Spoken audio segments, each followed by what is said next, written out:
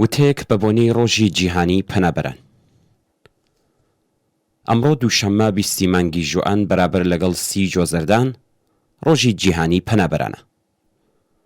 کۆبوونەوەی گشتی ڕێکخراوی نەتەوە یەکگرتووەکان لە ساڵی 2000دا بڕیاریدا کە لە 2001ەوە ڕۆژی 20 ژوئان وەک ڕۆژی جیهانی پەنابەران جەژن بگیرێت. ئەم پەسەندکراوە وە بیری دێنێتەوە کە ساڵی 2001 50مین ساڵی پەسەندکردنی کۆنوانسیۆنی 1951 ژنێڤ سەبارەت بە بارودۆخی پەنابەرانە.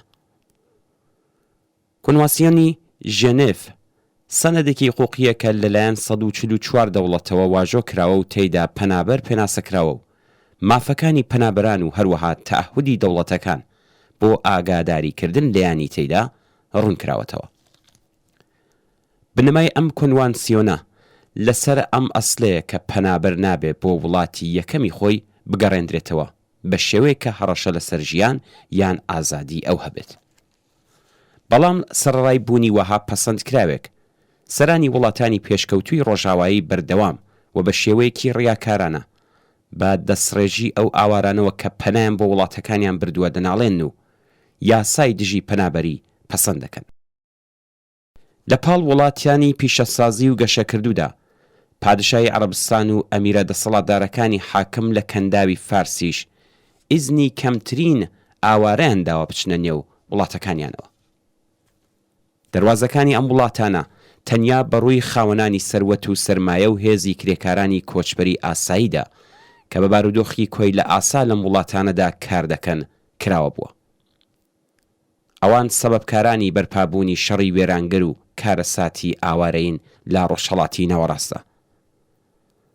ئەوانن کە کێبڕکەی تەسلیحاتی پەرەپێدەن و لە پاڵ ئەم سیاسەتەدا بە ملیارد دلار چەک بە حکوومەتەکانی داسەپێنرا و بەسەر خەڵکی ناوچەکە دەفرۆشن. ترامپ لە ئەمریکا دژی ئینسانیترین یاساکانی سەبارەت بە پەنابەران دەخاتە بواری جێبەجێکردنەوە و لە هەوڵدایە دیوارێک بە درێژایی 3100 کیلومتر لەسەر سنووری ئەمریکا لەگەڵ مێکزیک دروست بکات. دەوڵەتی ئوسترالیا پەنابەرانی لە زیندانەکانی دوورگەگەلێکی دوورە دەست لە دژی ئینسانیترین بارودۆخدا ڕاگرتووە. یەکێتی ئوروپا بۆ بەرگرتن لە چوونی پەنابەران کۆمەڵێک ڕێگاچارەیان گرتووەتە بەر کە یەک لە یەکی نامرۆڤانەترن.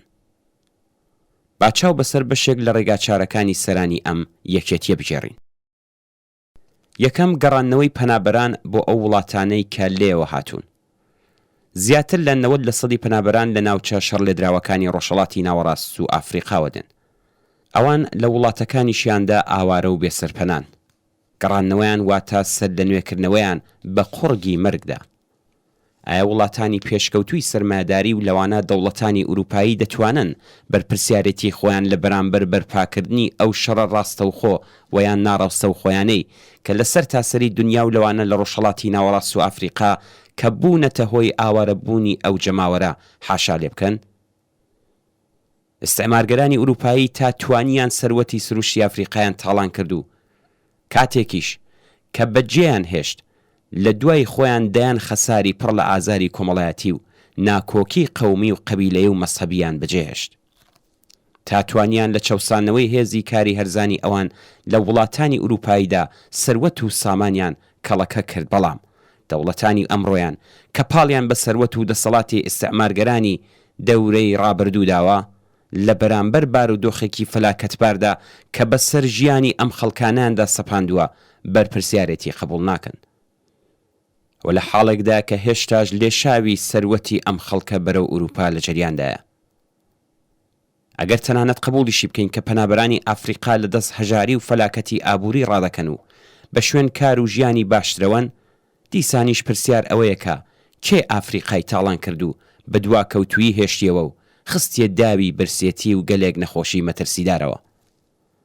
ئایا ئەوان هەر ئێستاش لەم قاڕە هەمیشە برسێدا خەریکی درێژەدان بە تاڵانکردن و بەهرەکێشی خۆیان نین؟ دووهەم توندبوونەوەی سیاسەتە دژی پەنابەریەکان لە وڵاتانی ئوروپاییدایە. لە ڕاستیدا کە پەسەندکردنی یەک لە دوای یەکی یاسا دژی پەنابەریەکان لە ئوروپا تەنیا داوێنگیری پەنابەران نابێت. ئەم یاسانە و ئەم سیاسەتانە لە هەمان حاڵدا ئەو وڵاتانش لە باری ئەخلاقیەوە بەرەو دواوە دەژێڕێتەوە. ئەم سیاسەتە ڕێگا بۆ بەدەسەڵاتگەیشتنی ئەحزابی دەستەڕاستی تر خۆش دەکات. بەدەسەڵاتگەیشتنی ئەم حیزبانە بەواتای ئەوەیە کە لە هەموو هەنگاوەکانی دواتردا هێرش دەکرێتە سەرگشت ئەو دەستکەوتە پێشڕە و ئینسانیانەی لە بوارە کۆمەڵایەتی ئابووری و سیاسیەکان کە لە ماوەی ساڵانێک خەباتی چینی کرێکاردا بەسەر دەوڵەتەکاندا سەپاوە. ئەم هێرشەش ئێستا دەستی پێکردووە. زۆربەی خەڵک لە وڵاتانی ئوروپایی و بەر لە هەمویان چینی کرێکاری ئەم وڵاتانە قوربانیانی دواتری ئەم سیاسەتانە دەبن. دەوڵەتانی ئوروپایی ئەگەر لە بەرەو پێشبردنی ئەم سیاسەتەدا سەرکەوتوو بن، مرۆڤایەتی لە خودی ئەو وڵاتانەشدا دەکەنە قوربانی. سێهەم، داخستنی سنوورەکان و بەرتەسکردنەوەی ئەمەلیاتی نەجاتی دەریایی بەم دەلیلەی کە گۆیا ئەم خزمەتگوزاریانە هاندەری هاتنی کۆچبەری تازن. یەکێتی ئوروپا لەسەر بنەمای قەرارێکی تەوافق لەسەرکراو و ڕەسمی بڕیاری داوە کە ئەمەلیاتی نەجاتی پەنابەران بەرتەس بکاتەوە. هیچ گومانێک لە دژی ئینسانی و جنایەتکارانەبوونی ئەم دەلیلە و ئەم سیاسەتەدا نییە.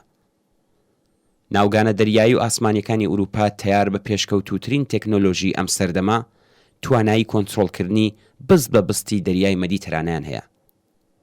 ئەوان دەتوانن کە هەموو بەلەمێک لە شوێنی حەڕەکەتیەوە تا گەیشتنی بە مەقسەد بە وردی چاودێری بکەن و بەر لەوەی کە ئەم بەلەمانە بکەونە مەترسی نەقمبوونەوە بچن بەهانایانەوە. بەڵام ئەوان ئاگاهانە ئەم تواناییە بۆ ڕزگارکردنی گیانی پەنابەرەکان بەکار ناهێنن. تەنانەت ئەگەر ئەنگیزەی گەلێک ناڕەوای ئەوانیش لە بەرتەسکردنەوەی ئەمەلیاتی نەجات بۆ بەرگرتن لە چوونی پەنابەران بۆ ئوروپا قبول بکەین، دیسانیش ڕاستیەکەی ئەوەیە کە لەم ڕێگایەوە ناکرێ بەر بە شەپۆلی ئەو پەنابەرانەی کە لە دەست مەرگ و هەژاری هەڵدێن بگیرێت. بەرتەسکردنەوەی ئەمەلیاتی نەجات نەتەنیا شەپۆلی کۆچبەرانی کەم نەکردوێتەوە، بەڵکو تەنیا بە شێوەیەکی بەرچاو مەرگی کۆچبەران و پەنابەرانی زیاتر کردووە. دەبێ بە پشتبەستن بە بیرڕای گشتی پێشڕە و ئینسانی دۆست و هێزە تێکۆشەرەکان لە وڵاتانی پێشکەوتووی سەرمایەداریدا دەوڵەتانی ڕۆژاوایی ناچار بکرێن تا ڕێز لە مافی ئاوارە و پەنابەرەکان بگرن. پێویستە خەبات بۆ بەڕەسمیەت ناسینی مافی نیشتەجێبوون و دابینکردنی ژیانێکی ئینسانی بۆ هەر کەس وەک ئینسان لەگەڵ مافە جیهانیەکان و وەک هاوڵاتیەکی جیهانی و لەوانە بەهرەمەند بوون لە مافی نیشتەجێبوون لە هەر جێگایەکی دنیادا کە دەیەوێ پەرەبستێن.